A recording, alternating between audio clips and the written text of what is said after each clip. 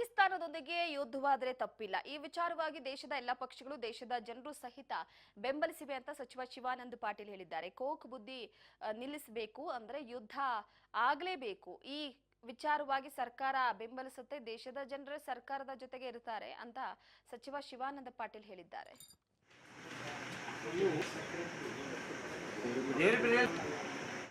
Consult ಕೊಟ್ಟಿದ್ದಾವೆ, ಒಂದೇ ಪಕ್ಷ ಅಲ್ಲ, ದೇಶದ ಜನನೂ ಕನ್ಸಲ್ಟ್ ಕೊಟ್ಟಿದ್ದಾರೆ. ಇದಾದರೆ ತಪ್ಪೇನಿದೆ, ಇದಾಗಲೇಬೇಕಲ್ಲ. ಇಂಥ ಕೋಕ್ ಬುದ್ಧಿ ಪಾಕಿಸ್ತಾನ ನಿಲ್ಲಿಸ್ಬೇಕಾದ್ರೆ ಅವ್ರಿಗೊಂದು ಪಾಠ ಕಲಿಸ್ಲೇಬೇಕು. ರಾಜ್ಯ ಸರ್ಕಾರದ ಎಲ್ಲರೂ ಇರ್ತೀವಿ, ರಾಜ್ಯ ಸರ್ಕಾರ ಕೇಂದ್ರ ಸರ್ಕಾರ ಅನ್ಬೇಡಿ, ದೇಶದ ಜನನೇ ಸರ್ಕಾರದ ಜೊತೆ ಇರ್ತದೆ. ನಾನು ಆಲ್ರೆಡಿ ಅದಕ್ಕೆ ಪ್ರತಿಕ್ರಿಯೆ ಕೊಟ್ಟಿದ್ದೀನಿ. ಏನು ಕೊಡ್ಬೇಕು ಅದಕ್ಕೆ ಹೇಳಿ?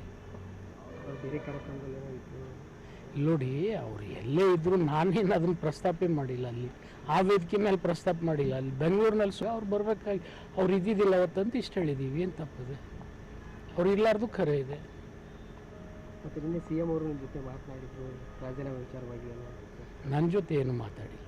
ಅದ್ರ ಬಗ್ಗೆ ಪ್ರಸ್ತಾಪ ಯಾಕೆ ರಾಜೀನಾಮೆ ಕೊಟ್ಟು? ಇಲ್ಲ ಇಲ್ಲ ಇಲ್ಲ, ನನ್ನ ಜೊತೆ ಅವರು ಶುಗರ್ ಫ್ಯಾಕ್ಟ್ರಿ ಇಶ್ಯೂಸ್ ಇತ್ತು, ಅದರದ್ದೊಂದು ಮೀಟಿಂಗ್ ಇತ್ತು, ಆ ವಿಷಯ ಪ್ರಸ್ತಾಪ ಮಾಡಿದ್ದೇವೆ. ವಿನ ರೈತರು ನೋಡಿ, ಪ್ರತಿ ವರ್ಷ ಅವ್ರು ನಮಗೆ ಬಿಡಬೇಕು, ನಾವು ಬೇರೆಯವ್ರಿಗೆ ಬಿಡಬೇಕು, ಇದು ಅನಿವಾರ್ಯ. ಯಾಕಂದರೆ ನೀರು ಅನ್ನೋದು ಎಲ್ಲರಿಗೂ ಅಷ್ಟೇ ಅವಶ್ಯ.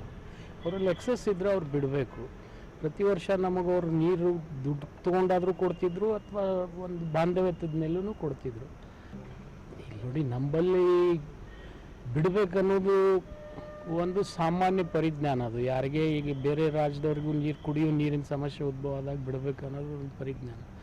ಪ್ರಯತ್ನ ಮಾಡೋದು ಅದಕ್ಕೇನಿದೆ. ಈಗ ಪತ್ರದ ವಿಚಾರ ಈಗ ಆಲ್ರೆಡಿ ನಾನು ಸ್ಪಷ್ಟೀಕರಣ ಕೊಟ್ಟಿದ್ದೀನಿ ಅದ್ರ ಬಗ್ಗೆ.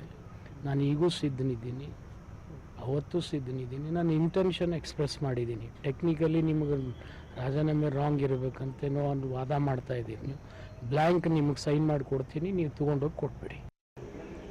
ಸರ್ಕಾರ ಆಲ್ರೆಡಿ ಎಲ್ಲ ಪಕ್ಷಗಳು ಕನ್ಸಲ್ಟ್ ಕೊಟ್ಟಿದ್ದಾವೆ, ಒಂದೇ ಪಕ್ಷ ಅಲ್ಲ, ದೇಶದ ಜನನೂ ಕನ್ಸಲ್ಟ್ ಕೊಟ್ಟಿದ್ದಾರೆ. ಇದಾದರೆ ತಪ್ಪೇನಿದೆ, ಇದಾಗಲೇಬೇಕಲ್ಲ. ಇಂಥ ಕೋಕ್ ಬುದ್ಧಿ ಪಾಕಿಸ್ತಾನ ನಿಲ್ಲಿಸ್ಬೇಕಾದ್ರೆ ಅವ್ರಿಗೊಂದು ಪಾಠ ಕಲಿಸ್ಲೇಬೇಕು. ರಾಜ್ಯ ಸರ್ಕಾರದ ಎಲ್ಲರೂ ಇರ್ತೀವಿ, ರಾಜ್ಯ ಸರ್ಕಾರ ಕೇಂದ್ರ ಸರ್ಕಾರ